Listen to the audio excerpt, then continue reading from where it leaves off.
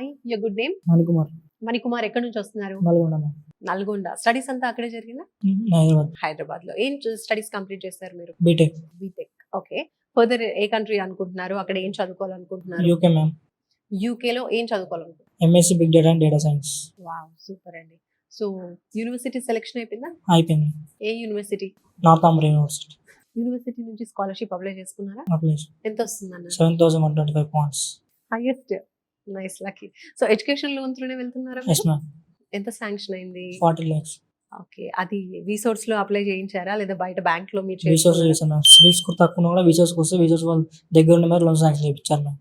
Okay. CIBIL score తక్కువ ఉండడం వల్ల మీరు బయట ఏమైనా ట్రై చేసినప్పుడు అక్కడ ఏమైనా ప్రాబ్లం అయిందా? బయట రాసినప్పుడు సివిల్ రా అని చెప్పారు, లోన్ శాంక్షన్ అని చెప్పారు. ఇక్కడికి వచ్చాక వీళ్ళ దగ్గర ఉండి డాక్యుమెంట్ రిక్వైర్ చేస్తే వాళ్ళు చేయించారు.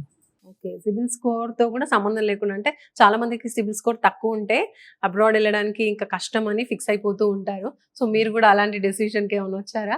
అట్లా రానుకున్న టైంలో వీసాస్ వచ్చేసరికి వీళ్ళ దగ్గర ఉండి ప్రొవైడ్ చేసి.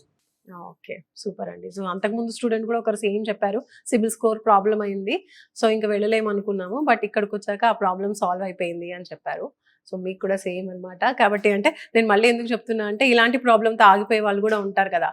సో వన్స్ ఒకసారి రండి, వచ్చినప్పుడు మీకు ప్రాబ్లం క్లారిఫికేషన్ క్లియర్గా వాళ్ళు చెప్తూ ఉంటారు కాబట్టి ఈజీగా మీ ప్రాబ్లం సాల్వ్ అయిపోతుంది.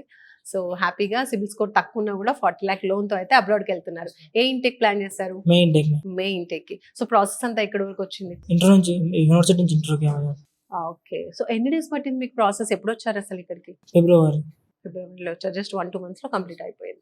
అసలు ఎలా తెలిసింది విసోర్స్ గురించి? Social media. సోషల్ మీడియాతోనే తెలిసింది.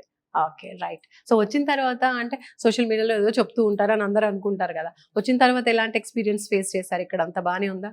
Everything is positive ma'am. Helpful and professional thinking with good guidance.